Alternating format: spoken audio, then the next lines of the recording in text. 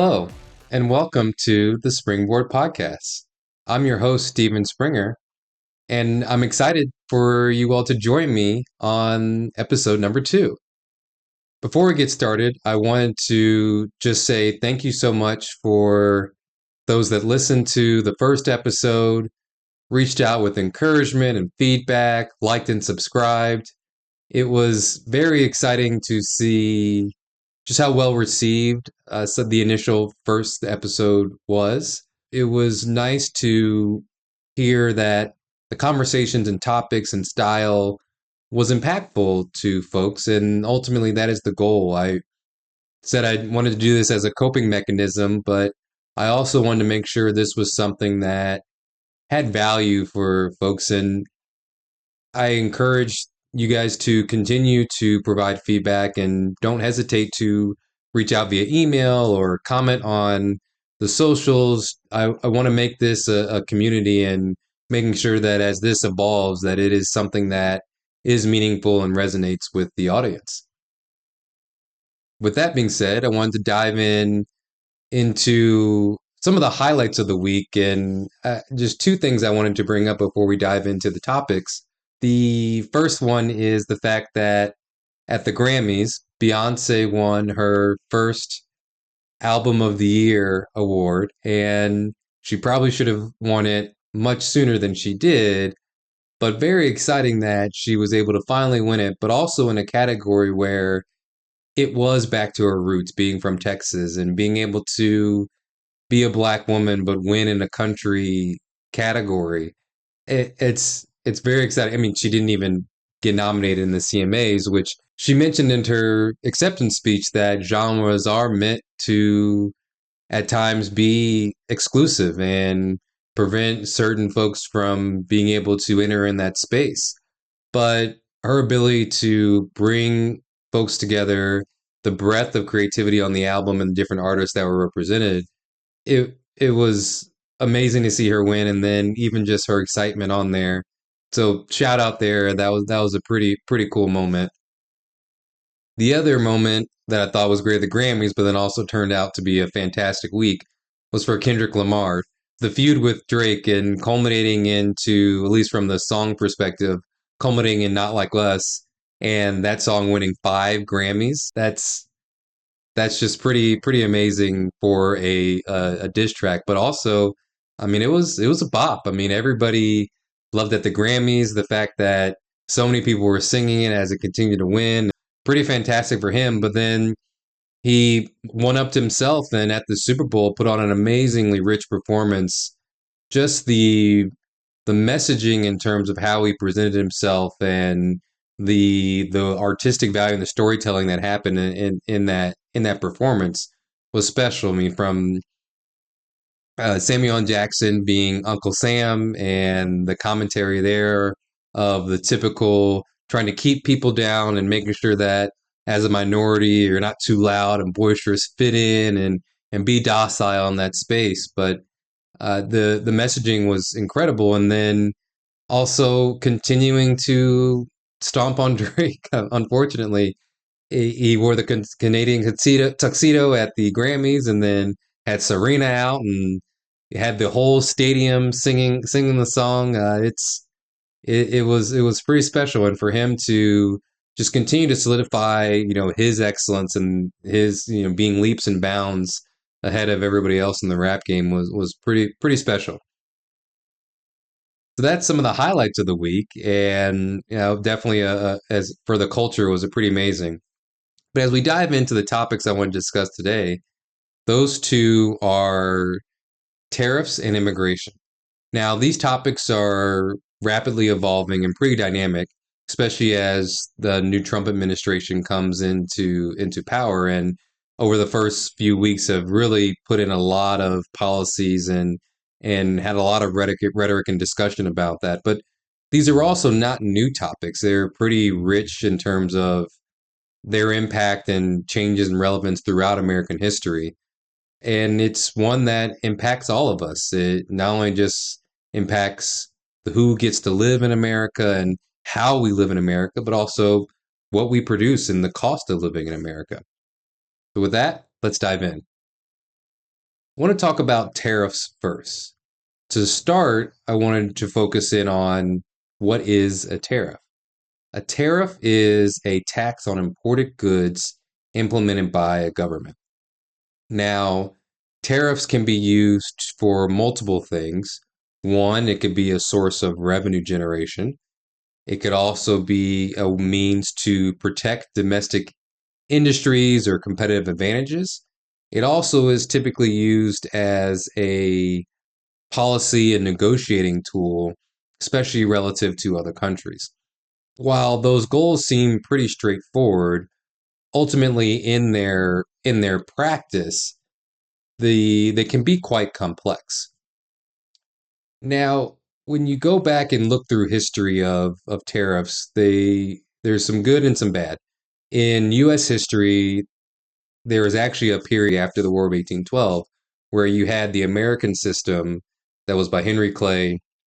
Can argue some other things that Henry Clay did weren't that great, but that was kind of his brainchild and was implemented over the next 30 years or so. And that included tariffs, but also the establishment of the national bank, and then also created some of the early infrastructure bills. Also, tariffs served as a revenue generation, which until the income tax was implemented, that was the primary source of income for the federal government. But the tariffs then were put in place on European goods as a way to protect American industry. So coming out of the War of 1812, and America was very much in its infancy at that state, to be able to ensure different industry, whether it be iron, steel, textiles, commerce, and other industries in that space, to be able to invest in the infrastructure to grow and ensure that consumers weren't purchasing maybe cheaper goods from overseas. That was a way for to protect the growth and making sure that there was an American first, and it worked out quite well. You saw a pretty large economic boom in the Americas at that time. The a time where tariffs didn't work out so well was actually after the Great Depression, or sorry, the stock market crash in 1929. It was the Smoot-Hawley tariff, and that was enacted to try to protect U.S. jobs, and it was actually a tariff on all imported goods. It was a flat rate tariff. Unfortunately, that had a negative effect because the countries that we put a tariff on other countries, those countries then put a tariff on us. And so actually a lot of the imports that we had were became too expensive, and to the point where we actually couldn't sustain the cost of the goods in terms of manufacturing, where you saw jobs lost, places shut down, but also they taxed our import, other countries taxed our exports. We didn't have a place or a destination to send the goods that we were manufacturing. A lot of scholars will say that those tariffs actually are one of the reasons why the depression lasted so long. We saw imports be reduced, exports and imports were actually reduced by about 60%. So let's talk about Trump's tariffs and some of the goals here. So, as stated by the administration, the goals of the tariff policies that he put in place are around protectionism and national security. The protectionism is really around American jobs, and then national security, trying to ensure that we have safe borders and a safe country. Now, the tariffs put in place were 25% on goods imported from Canada and Mexico, and then a 10% tariff on agricultural goods from China. These were put into place, and actually, Canada and Mexico offered up some trade and negotiations where they actually decided to invest in, whether it be deploying National Guard troops to the border, creating a drug czar to help reduce or attack the fentanyl imports or the access as it's crossing the border illegally. Mexico and Canada were partners in trying to help curb illegal immigration and also protect the states and curb drugs crossing the border illegally. But these were additional tactics and additional resources that were implemented And some would say that's a success coming out of some of the trade negotiations that Trump put into place. China decided to put retaliatory or tariffs in place.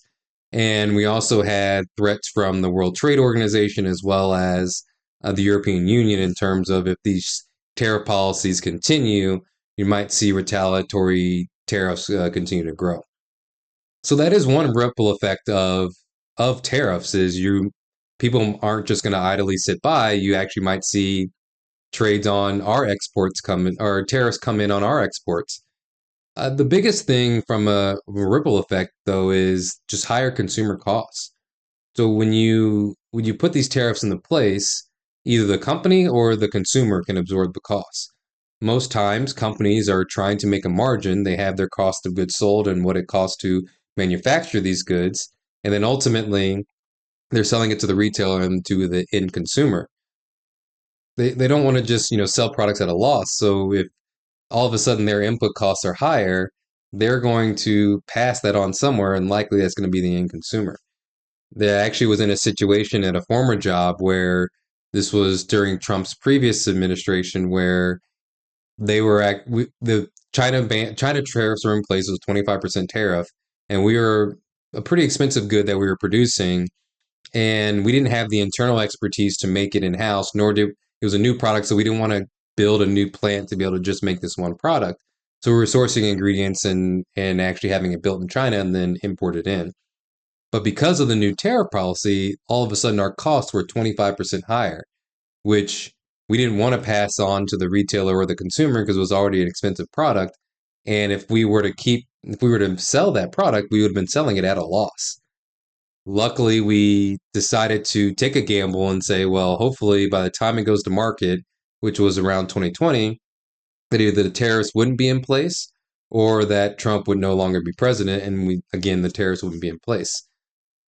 Thank goodness we were right, or else we might have commercialized a good that we were selling at a loss. But this is the reality that a lot of consumers or companies are facing with these tariffs, and that applies to things like electronics, cars, materials for housing, batteries, energy, because we get a lot of energy from Canada as well, and consumers might ultimately see a higher cost of goods. Some considerations as we go forward is we live in a global economy. The interconnectedness of the world, it's not just a one-to-one relationship in terms of how we go to market. So for to make a single product, you might source ingredients from Canada, Taiwan, Vietnam, and maybe Mexico as well, or you might get something from China and Russia. These are all like the supply chain is very complicated.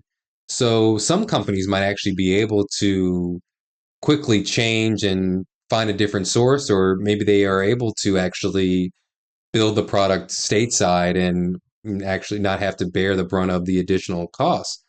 But there are a lot of companies that aren't able to. And if they're not, those costs have to get absorbed somewhere, likely passed on to the consumer.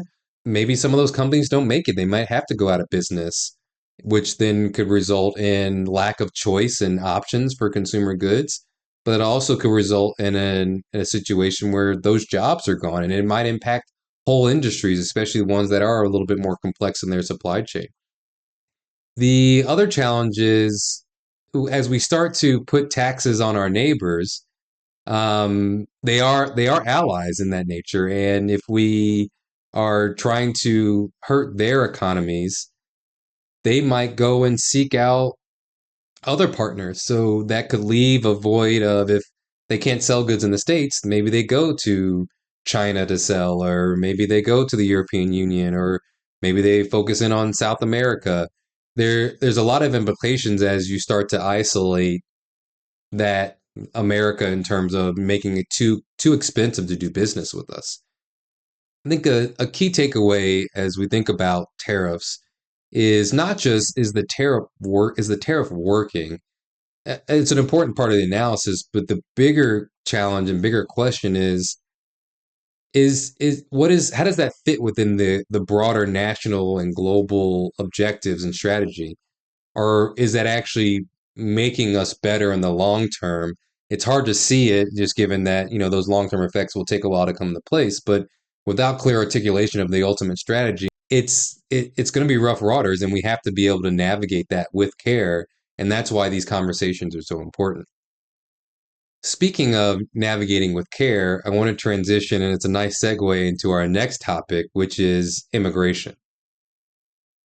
So immigration is not a new conversation. It's one that's been between policy and different positions. It was the foundation of American culture. And I'm going to start with just some historical context there, and it helps to just begin with illegal versus legal immigration. So legal immigration are things like family sponsorship, green cards. There's also employment, so your H-1B1 and other visa sponsorships from companies to bring in new talent. And there's also student visas. We have a lot of great universities, so students want to come in and learn from the American universities, and being able to then take that knowledge back and either apply it in the American society or take it back. So that's part of our leadership. There is illegal immigration. So there's two aspects of it.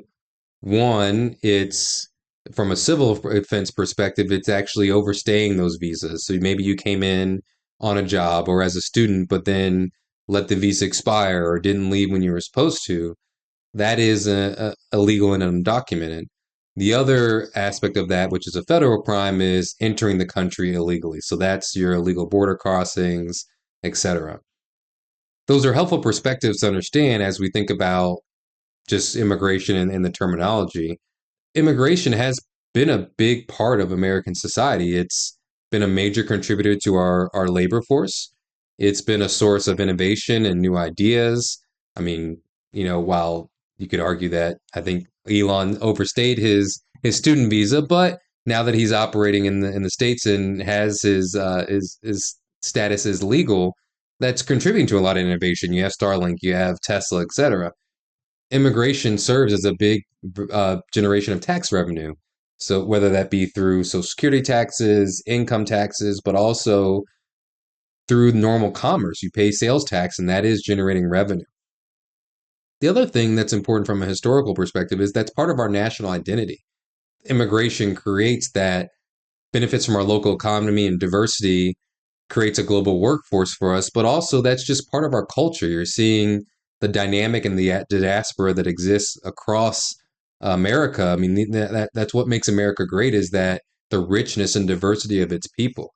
One of the things that I got to see and I love about having moved a couple years ago to LA is how diverse LA is. And that's in part due to immigration and the diversity of people. When I first moved, I was living in an area near Sawtelle, and that's an area it's called Little Osaka because literally for multiple blocks, it's only Japanese commerce and Japanese restaurants. And I remember being in Ohio, and the Asian restaurant, it might be a Chinese restaurant, but it's serving all across Asian cuisine. So it'll be your General Tso's or Chinese and Japanese, but also Korean and everything else. Here, what was amazing is the fact that you had a broad area specifically dedicated to Japanese food and Japanese cuisine. And that's something I hadn't experienced before just living in home. I've seen that when I traveled abroad, but to see that here was incredible. And it's not just Japanese culture. You have Koreatown and Chinatown, but you also have Ethiopian areas, and you have Mediterranean culture centers, and there's so many different peoples that exist, and you have that culture that's creates the rich and uniqueness that is LA, and that's pretty special, and that wouldn't be possible if not for immigration. But we've also learned some lessons throughout history, and in the early 19th century, from American history perspective, immigration was encouraged and welcome, as long as you're a white person. It was one where, as America was expanding and growing, it was able to grow and fuel that growth and really help shape the economic growth of the country at that time. But towards the late 19th century, you start to see some controls coming in that. And so race and national security became a bigger priority.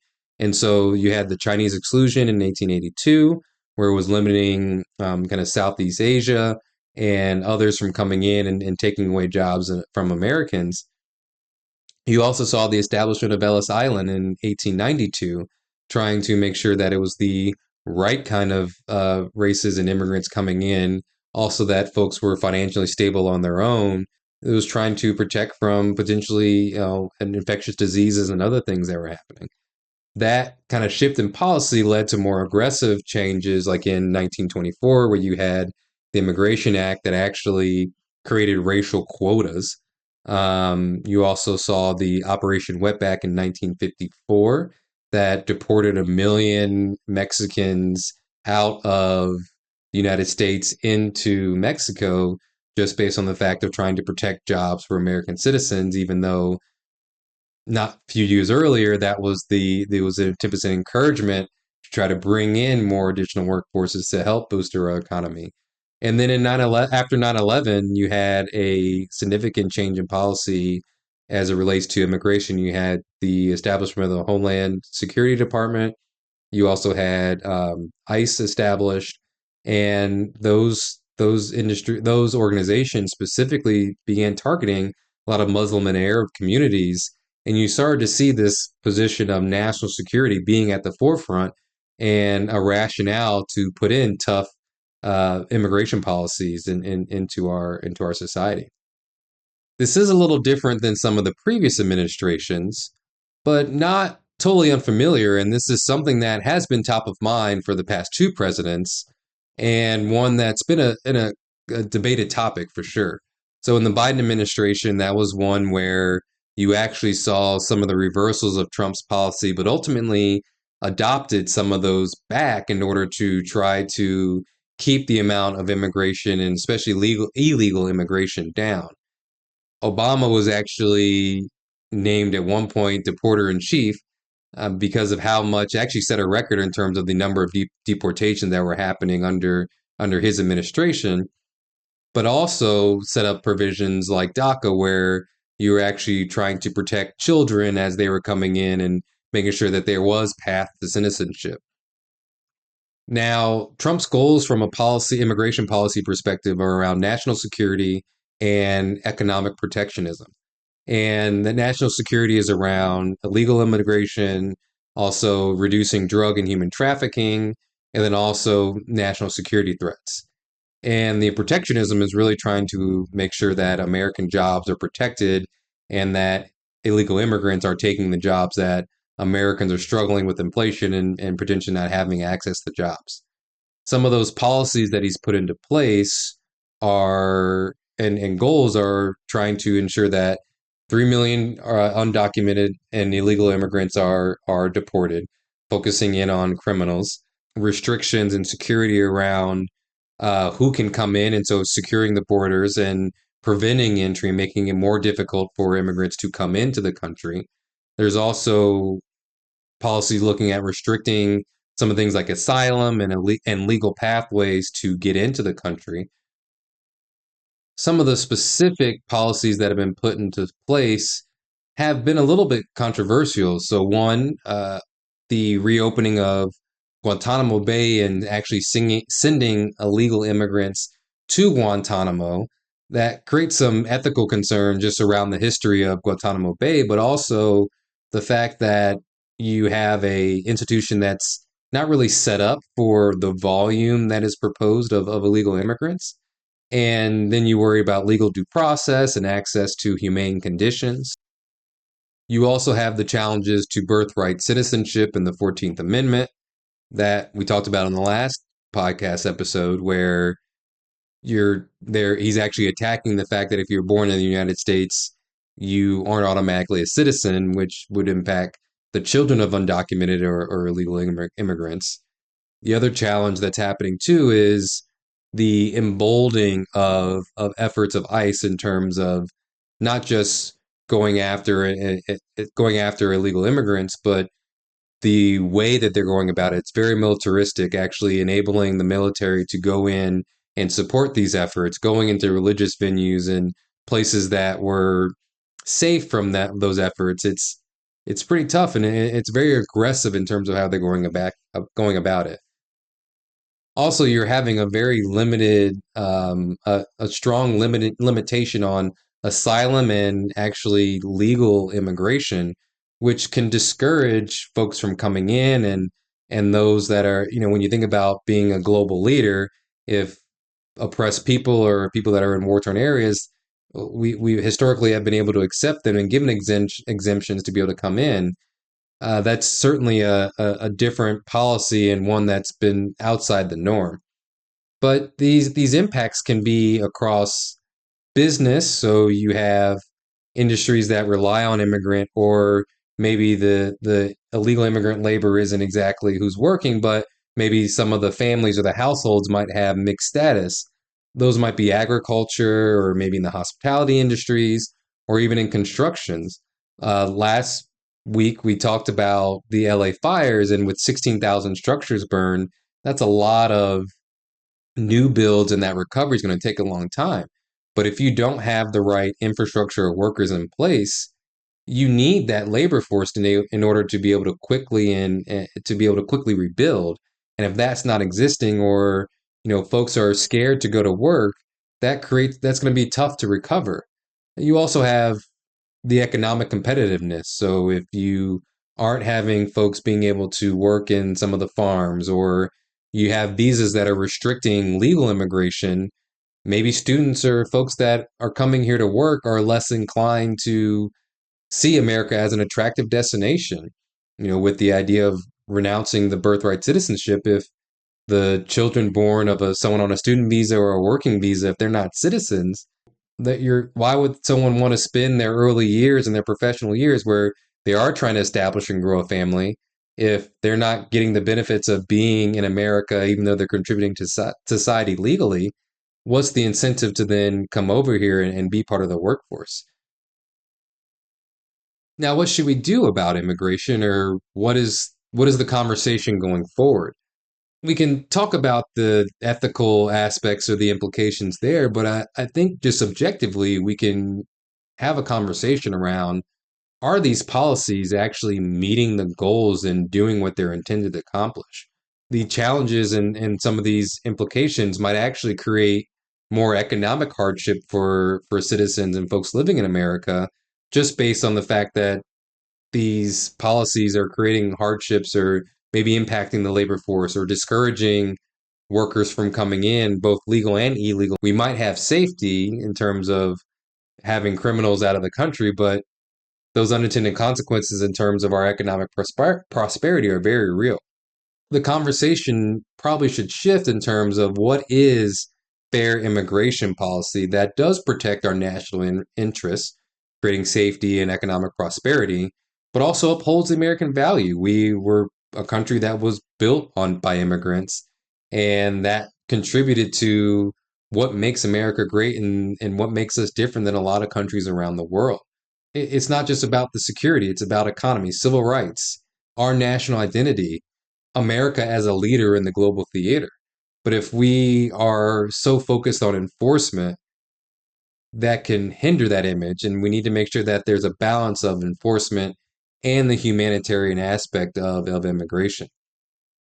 It's a long running debate, and it's one that there's certainly reason. We're seeing a lot of crime. We're seeing, a lot of drugs coming into the space, and human trafficking is very real. We need to make sure that we're having a conversation about putting in these immigration policies, but at what cost?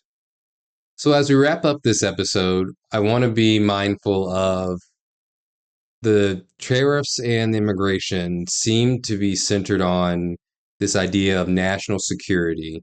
My challenge is the focus and policies that are being put in place, is that leading to insecurity? Meaning, the tariff policy that we're putting in place now and that we're seeing from the administration, could that lead to increased costs or retaliatory measures from different countries? Is our immigration policy going to contribute to the inflationary environment that we're in, potentially hurt and have long-term effects on American society and the culture that has made us unique, and really been the foundation of what makes America different than so many other countries in this world? I want to thank you for joining me on episode 2 of the Springboard podcast. Be sure to like and subscribe. And also, this is meant to be a community. So if you have any questions or feedback or topics that you want to see on the next or future episodes, be sure to either comment on the social handles. Also, you can reach out via email at thespringboardpodcast@gmail.com. And I hope you all have an amazing week ahead and look forward to our next swim together.